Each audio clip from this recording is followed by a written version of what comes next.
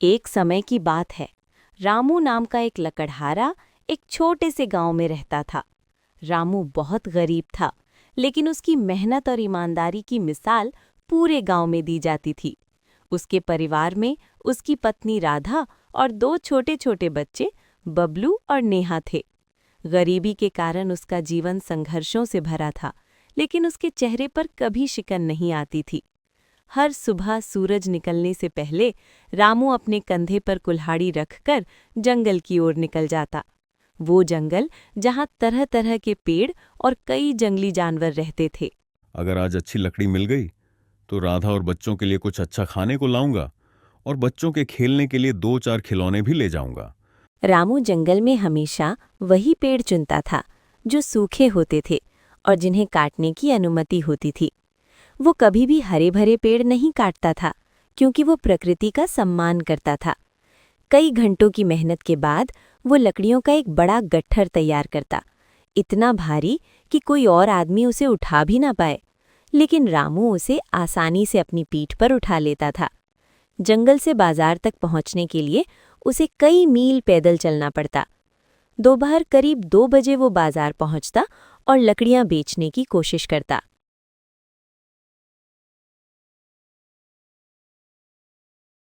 सेठ जी, ताजी लकड़ियां हैं, अभी अभी जंगल से काट कर लाया हूं। बहुत अच्छी लकड़ी है, जल्दी जलती है, ले लीजिए। कितने की दोगे रामू? मुझे ये सारी लकड़ियां चाहिए, क्योंकि आजकल बाजार में लकड़ियों की कीमत बहुत कम चल रही है। सेठ जी, जो आपको हिसाब से उचित लगे वही दे दीजिए। बस बच्चों के लिए 2 वक्त की रोटी का इंतजाम हो जाए। वो आदमी कुछ ही पैसों में रामू की सारी लकड़ियां खरीद लेता है। रामू उन पैसों से आटा, दाल, चावल और जरूरी राशन खरीदता है और शाम ढलते ढलते घर लौट आता है। आ गए आप? आज आने में बहुत देर हो गई। हाँ राधा, बाजार में आज काफी भीड़ थी, काफी समय लग गया। बबलू और नेहा क्या कर रहे हैं? खेल रहा है, पर बबलू को सुबह से तेज बुखार है। बहुत परेशान है वो सुबह से। राधा की ये बात सुनते ही रामू का दिल बैठ जाता है। वो तुरंत बबलू के पास जाता है, उसके माथे पर हाथ रखता है। बबलू का शरीर बुखार से तप रहा था। हे भगवान, अब क्या होगा? बिना पैसों के वैद्य जी की फीस और दवाओं का खर्च कहाँ से आएगा? आप चिंता मत कीजिए, भगवान हमारी मदद जरूर करेगा। अभी के लिए मैं जमुना काकी के घर से हल्दी और नीम के पत्तों का लेप लेकर लगाती हूँ। शायद उससे शरीर को आराम मिल जाए। रामू जानता था कि बबलू को अच्छे इलाज की जरूरत है। अगर समय पर इलाज न मिला तो उसकी हालत और बिगड़ सकती है। उसे याद आता है कि उसने साहूकार से लिया कर्ज अभी तक नहीं चुकाया है। अगली सुबह वो जंगल जाने की तैयारी करता है, तभी दरवाजे पर दस्तक होती है। साहूकार ने अपना मुनीम भेजा था। इतनी क्या जल्दी है जाने की रामू? साहूकार जी ने तुम्हें अपने घर बुलाया है। तुम्हारी कर्ज की किस्त अभी तक नहीं आई है। मुनीम जी, कुछ दिनों की मोहलत और दे दीजिए। अभी बबलू की तबीयत बहुत खराब है।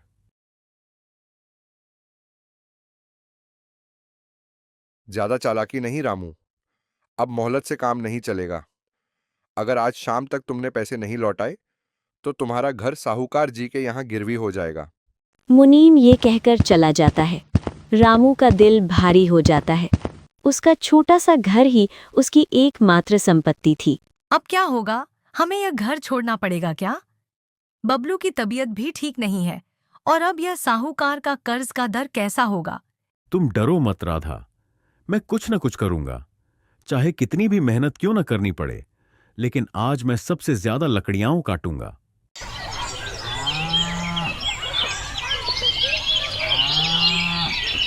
उस दिन रामू सुबह से शाम तक जंगल में लकड़ियां काटता रहा। उसने अपनी पूरी ताकत काम में झोंक दी। पूरे जंगल में बस उसकी कुल्हाड़ी की आवाज गूंज रही थी। उसके मन में बस एक ही बात थी, जितनी ज्यादा लकड़ियां होंगी उतनी जल्दी बबलू का इलाज होगा और साहूकार का कर्ज भी उतर जाएगा। अगले दिन जब रामू लकड़ियां लेकर बाजार पहुंचा तो उसने देखा कि वहां एक नया लकड़हारा बैठा है। उसका नाम रमेश था। वो मजबूत शरीर वाला आदमी था और उसके पास रामू से भी ज्यादा लकड़ियां थीं, जिन्हें वो बहुत सस्ते दाम में बेच रहा था। ये नया लकड़हारा कौन है? इसने मेरी सारी बाजारी खराब कर दी। क्या हुआ रामू? बस इतनी सी लकड़ियां लाए हो? लगता है अब तुम्हारी उम्र हो गई है। इतनी लकड़ियों में क्या होगा?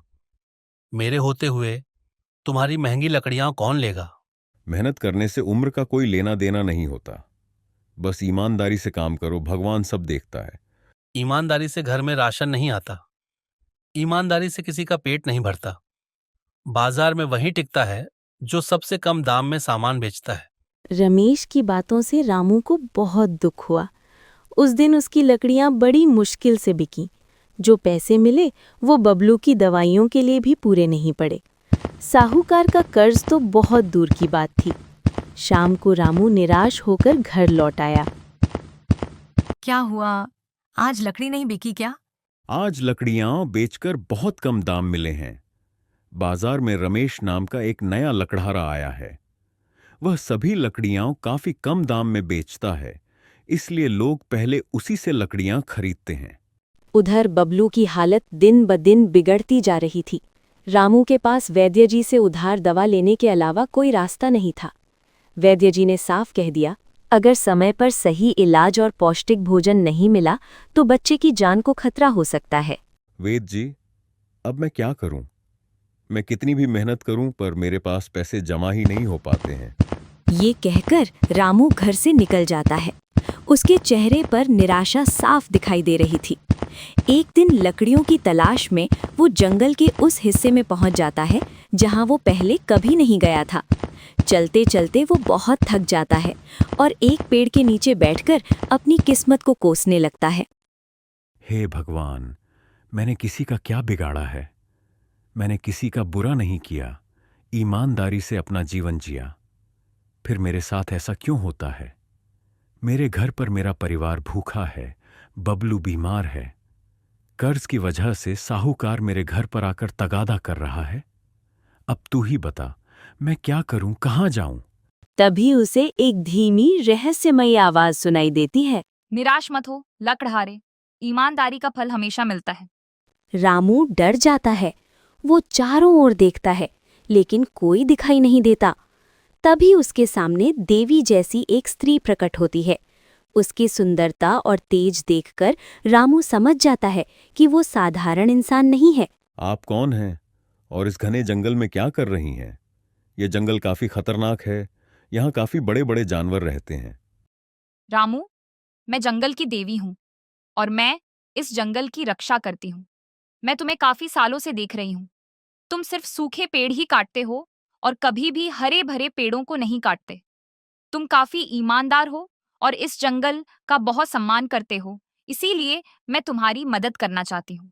इस जंगल में एक रहस्यमयी सुनहरा पेड़ है जो केवल सच्चे और नेक दिल वालों को ही मिलता है। वह तुम्हारी सारी परेशानियां दूर कर सकता है। कौन सा सुनहरा पेड़, वन देवी?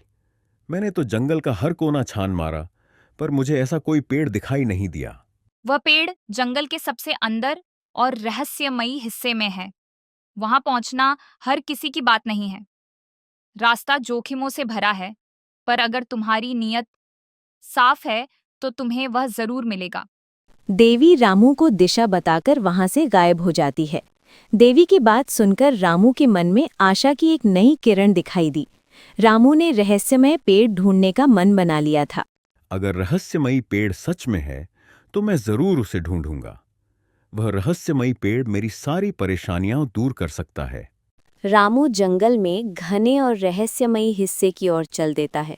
रास्ता काफी कठिन होता है, जैसे वनदेवी ने बताया था। घनी झाड़ियां, बड़े बड़े पत्थर और ऊंचीली टीले रास्ते में आ रहे थे। भूख और प्यास से रामू का बहुत बुरा हाल हो चुका था। चलते चलते रात भी हो जाती है। वो रात में पेड़ के नीचे सो जाता है और सुबह होते ही फिर खोज में निकल जाता है। रामू काफी दिनों से जंगल में भटक रहा था। भटकते भटकते वो पूरी तरह से थक जाता है। उसके शरीर में अब जरा सी भी ताकत नहीं बची थी। तभी उसे एक तालाब दिखाई देता है। वो तालाब के पास जाता है और वहीं खड़े होकर रोने लगता है। उसकी आंखों में आंसू होते हैं। क्या वन देवी ने मेरे साथ मजाक किया था? क्या यहाँ ऐसा कोई पेड़ नहीं है? तभी से एक साधु जी निकलते हैं, जिनकी सफेद दाढ़ी और चेहरे पर एक अलग ही तेज चमक रहा था। और वो रामू से पूछते हैं, कौन हो तुम बालक, और जंगल के इस रहस्यमयी हिस्से में क्या कर रहे हो? यह इलाका काफी घना है, यहाँ से जाना आसान नहीं है, तुम भटक जाओगे। उस साधु महाराज, मेरा नाम रामू है और मैं एक लकड़हारा हूँ। रामू साधु को अपनी सारी परेशानी बताता है और जंगल की देवी की बात बताता है। साधु रामू की बात सुनकर कहते हैं, तुम सही जगह आए हो रामू। यहाँ सच में एक रहस्यमयी सुनहरा पेड़ है जो यहाँ से थोड़े आगे एक गुफा के अंदर है। तुम यहाँ से सीधे जाओगे तो वहाँ पहुँच जाओगे। धन्यवाद साधु महाराज। याद रखना रामू, जितना जरूरी है उतना ही लेना। अगर लालच किया तो वह पेड़ कोई फल नहीं देगा। रामू साधु जी की बताई दिशा की ओर चल देता है और देखता है वहाँ सच में एक गुफा थी जहाँ से तेज रोशनी आ रही थी। वो धीरे धीरे उसे चमकीली रोशनी की ओर बढ़ा और आगे बढ़ते ही उसकी आंखें खुली की खुली रह गई। उसे एक ऐसा दृश्य दिखाया दिया कि वो अपनी आंखों पर विश्वास नहीं कर रहा था। उसकी आंखों के सामने एक विशाल पेड़ था जो पूरे सोने का बना था। उसकी जड़ से लेकर पक्के अभी सारे सोने के थे। वो पेड़ काफी बड़ा और घना था। उसे देखकर लग रहा था कि उसे कोई लोग मिलकर भी घेर नहीं पाएंगे। उसने डरते डरते पेड़ के तने को छुआ। पेड़ का तना काफी चिकना और ठंडा था, मानो पेड़ में एक अलग ही जीवन हो। तभी उसने एक छोटी सी टहनी काटने के लिए कुल्हाड़ी उठाई और जैसे ही उसकी कुल्हाड़ी टहनी से टकराई, वो खुशी खुशी टहनी को गांव के सुनार की यहाँ लेकर भागा। उसे पता था कि अब उसे रास्ते में कोई दिक्कत नहीं आएगी, क्योंकि गुफा की रोशनी तेज थी। गांव में पहुंचकर रामू ने सुनहरी टहनी जौहरी को दिखाई। जौहरी को देखा और उसकी आंखें फटी की फटी रह गई।